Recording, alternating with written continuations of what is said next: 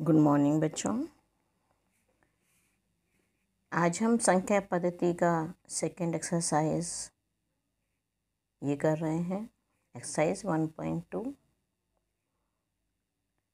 First question है इसका, नीचे दिए गए कथन सत्य है या असत्य है ये बताने हैं और उसका कारण भी बताना है। फर्स्ट पार्ट है, प्रत्येक अपरिमेय संख्या एक वास्तविक संख्या होती है। ये हम बताना है कि जो अपरिमेय संख्या होती है वो वास्तविक भी होती है। तो अभी मैंने आपको पीछे बताया था कि वास्तविक संख्याएं जो हैं वो परिमेय और अपरिमेय संख्याओं से मिलकर बनती हैं। वास्तविक संख्याएं जो हैं वो परिमेय और अपरिमेय संख्याओं से मिलकर बनती हैं। तो इसका मतलब ये सत्य है क्योंकि वास्तविक संख्याओं का संग्रह परिमेय तथा अपरिमेय संख्याओं से बना होता है। ये जो दिया है कथन ये सत्य है।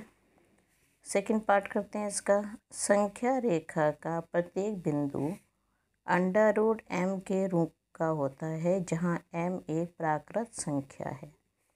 संख्या रेखा कौन सी होती है पहले तो ये देखो। जो संख्या रेखा होती है उस पे माइनस के नंबर भी होते हैं, 0 भी होता है और 1 2 3 जो धनात्मक नंबर होते हैं वो भी होते हैं। संख्या रेखा माइनस के नंबर से, 0 से और धनात्मक प्लस के नंबर से सबसे मिलकर बनती है। अब लिखा है संख्या रेखा का प्रत्येक बिंदु √m के रूप का होता है। अब m इसमें से किसी को भी मान सकते हैं। अगर हम m की जगह 2 रख रहे हैं तो √2 बन जाएगा, वो हमें पता है कि वो अपरिमेय संख्या है। m की जगह 3 रख दो तो √3, वो भी अपरिमेय संख्या है। अगर हम m की जगह माइनस का नंबर रखेंगे, -2 रखेंगे, तो हम उसका वर्गमूल नहीं निकाल सकते। माइनस के नंबरों का वर्गमूल नहीं निकलता। तो संख्या रेखा परिणात्मक संख्या भी होती है। इसको लिखेंगे ऐसे, संख्या रेखा परिणात्मक संख्या भी होती है जिसका वर्गमूल नहीं निकाल सकते। अतः ये कथन जो दिया हुआ है ये असत्य कथन है, गलत कथन है, क्योंकि कोई भी ऋण संख्या किसी प्राकृत संख्या का वर्गमूल नहीं हो सकती। इसके बाद यहाँ ये कॉमन लगा दो, कोई भी ऋण संख्या मतलब माइनस की संख्या जैसे -2 -3 है, ये किसी प्राकृत संख्या का वर्गमूल नहीं हो सकती। तो ये कथन असत्य है।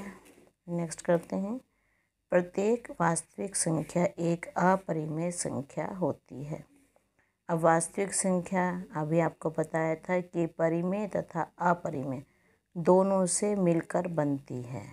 अब इसमें लिख दे खाली अपरिमेय होती है, तो नहीं, ये गलत है क्योंकि वास्तविक संख्याओं में तो परिमेय संख्याएं भी आती हैं। तो इसलिए ये कथन असत्य है क्योंकि 2 एक वास्तविक संख्या है परंतु ये अपरिमेय संख्या नहीं है, ये परिमेय संख्या है।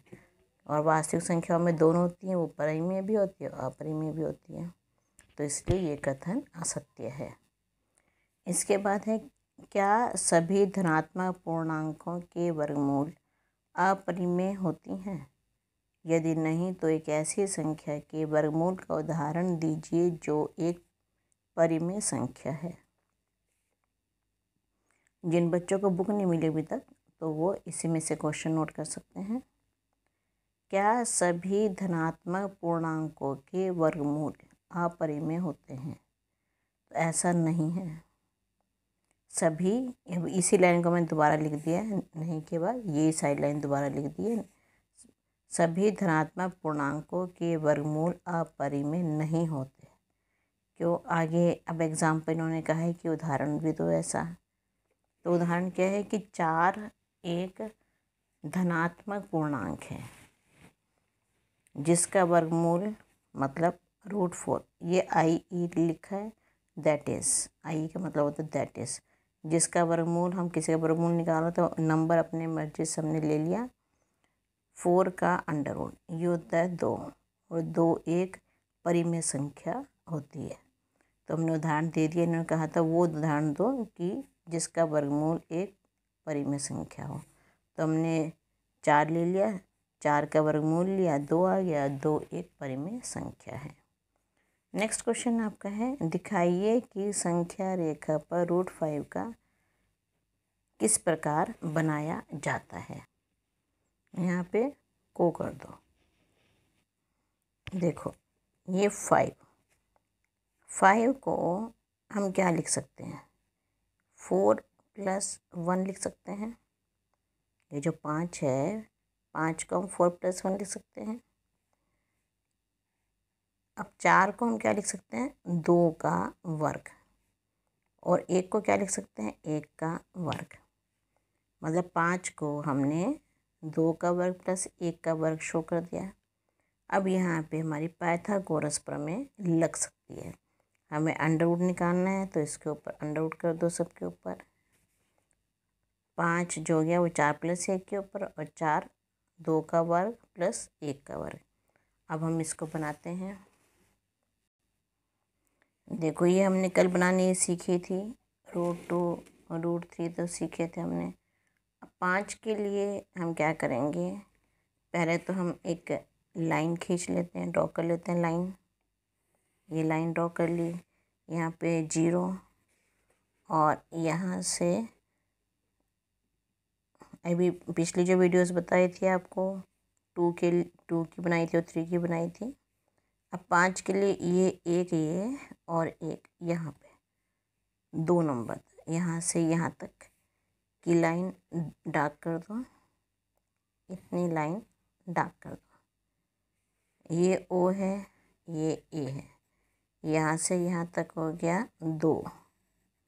ये हमें 2 था तो हमने 2 ले लिया यहाँ पर। अब यहाँ पे हम 90 डिग्री का कोण बनाएंगे A पर हम।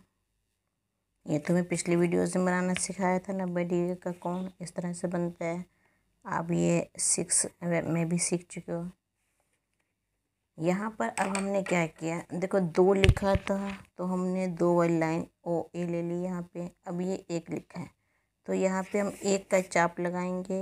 1 को हम यहाँ पे पहले हम नाप लेंगे, और यहाँ से यहाँ तक 1 का चाप हमारा लग गया। इस बिंदु का नाम B रख दिया। अब O से B तक को मिलाओ। ये O से B तक को मिला दिया हमने। ये हमारी जो आ गई वो क्या आई, √5, क्योंकि तुम्हें पता है पाइथागोरस प्रमेय से 2 का वर्ग, ये लाइन 1 है, 1 का वर्ग, ये पूरा हमारा √5 आ जाएगा। अब इसको हमने नंबर लाइन पर ड्रॉ करना है, तो कैसे करेंगे, O पे हम ये अपनी कंपास रखेंगे, और यहाँ तक B तक इसको हम इसकी हम त्रिज्या ले लेंगे, और यहाँ से इसको आगे हम ऐसे ले आएंगे नंबर लाइन पे। अब ये जो आया यहाँ पे, इस बिंदु को बोलेंगे P और OP, क्योंकि ये लाइन और ये लाइन दोनों बराबर हो गई, क्योंकि मैंने यहाँ चाप लगाया यहाँ से यहाँ तक का। तो OB √5 थी, तो इसलिए OP भी √5 हो जाएगी संख्या रेखा पर। OP जितनी OB थी उतनी ही OP हो गई। ये √5 है तो O से लेकर P तक भी √5 होगी, OP √5 हो गई, और ये हमारी संख्या रेखा पर हम इसको ले आए।